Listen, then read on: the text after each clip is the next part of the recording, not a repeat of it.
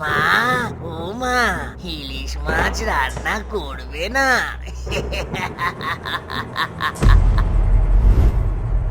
পাঁচুদের ঘরের আশেপাশেটা বড় অন্ধকার।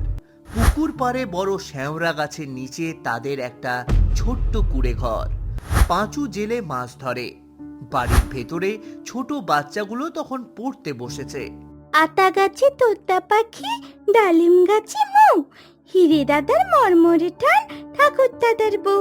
আতা গাছে তোতা পাখি, আতা গাছে তোতা পাখি। মাছের রাজা ইলিশ, মাছের রাজা ইলিশ। ও মা, মা, ইলিশ মাছ রান্না করবে? ও বাবা, ইলিশ মাছ! ও মাছের যে বড় দাম রে বাবা। আর এখন তো ইলিশ মাছ পাওয়াই যায় না। কতদিন খাইনি ইলিশ মাছ। মা, ও মা রান্না করবে?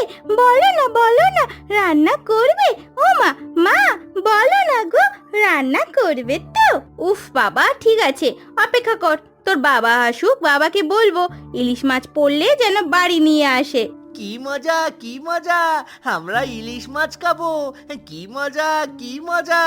তোরা এখন বস, আমি একবার পুকুর ঘাট থেকে জল নিয়ে আসি। এই বলে মমতা পুকুর পাড়ে যায়।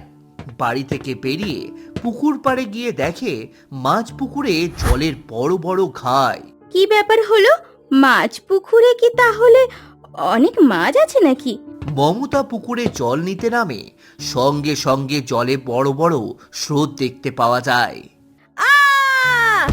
ঘরের ভেতর বসে থেকে দুই ভাই শুনতে পায় তার মায়ের চিৎকার।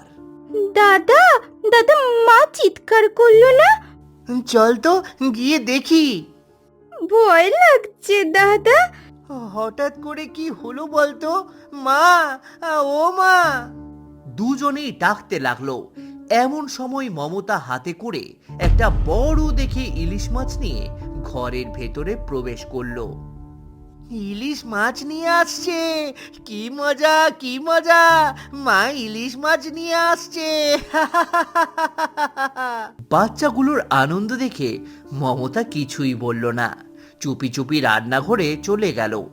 বাচ্চাগুলো অবাক হলো, তারা খেয়াল করলো না মায়ের পায়ের দিকে। আসলে মায়ের পায়ের দিকে খেয়াল করলেই তারা বুঝতে পারতো তার মায়ের পাটা ছিল উল্টো। এদিকে মমতা রান্না করতে বসে যায়। পাঁচু কিছুক্ষণ পর ঘরে এসে ইলিশ মাছের গন্ধ পায়। বাবা, ইলিশ মাছ কোথা থেকে পেলো রে? মা পুকুর থেকে মাছ ধরে এনেছে। মা তো পুকুরে গিয়েছিল। এই কথা শুনে পাঁচুর চোখ বড় বড় হয়ে যায়। আমাদের শিগগিরই এখান থেকে পালাতে হবে, পালাতে হবে এখান থেকে শিগগিরই। পাঁচু ছেলে মেয়ের হাতটা শক্ত করে ধরে ঘর থেকে বের হতেই যাবে, এমন সময় দৌড়াম করে দরজাটা বন্ধ হয়ে যায়। পাঁচুও ভয়ে ভয়ে তাকিয়ে দেখে সামনে দাঁড়িয়ে আছে এই এক ভয়ঙ্কর দেখতে পিশাচিনী।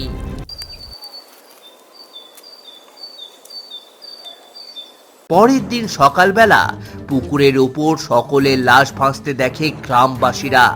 রাতের বেলায় আর ওদিকটায় কেউ যায় না।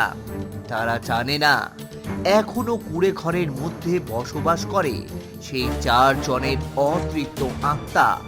এখনো রাত্রেবেলা সেখান থেকে ভেসে আসে। মা, ও মা, ইলিশ মাছ রান্না করবে না?